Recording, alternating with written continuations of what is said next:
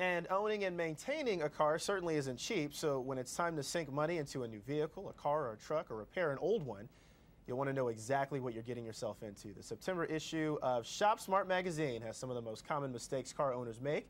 ShopSmart's deputy editor Sue Perry has more on how you can avoid making those same mistakes. Sue, good morning to you. Good morning. Number one here, paying too much for insurance. People can overpay. How does that happen? Well, as your car depreciates, as your life circumstances change, you could actually be paying more than when you originally got the car and bought your insurance policy. For example, every year you don't get a ticket, every year you don't make a claim, you're at lower risk. You're a lower risk driver, and therefore that could qualify you for paying less. You know, every time that you see a dink in the windshield or that check engine light comes on, or you see or may notice a problem with the brakes, the urge is to hold off and wait for it for just a little while. You say bad idea, take care of it now. Bad idea. Take care of the little things now, because they can really escalate and cost you so much more money in the end. You know, those little chinks in your windshield, they could turn into cracks, and cracks could mean replacing the whole windshield. So taking care of the little chinks, $60. Taking care of the cracks, hundreds of dollars. But then you've got the complete opposite, and you've got people that are over-maintaining their car. What's wrong with that, though? Yeah, I know. You can go a little crazy, and what happens is you go to the garage, and the garage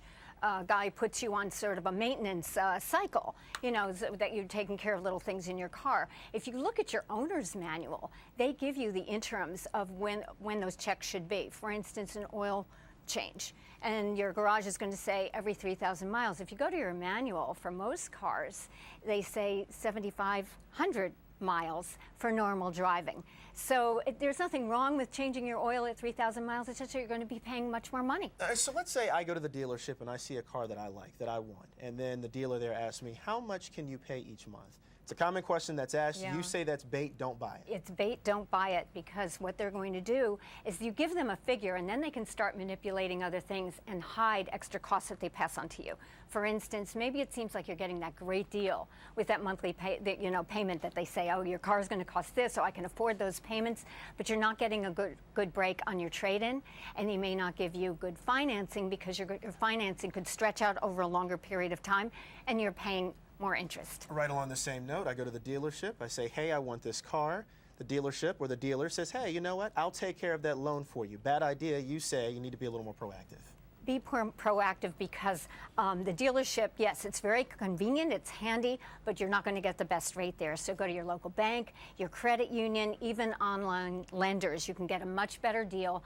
And what you should do is shop around, get the best deal you can, get a pre-qualified loan before you even step into the dealership. Then you're all ready to go. There you go. We got to go buy a new car, Sue. Yeah, we'll do let's that go sometime. do that. You know, since you got all the tips, Yeah. I can rely on you. You can help me out. All right, Sue Perry from ShopSmart Magazine. Sue, thank you so much for being here. Thank you.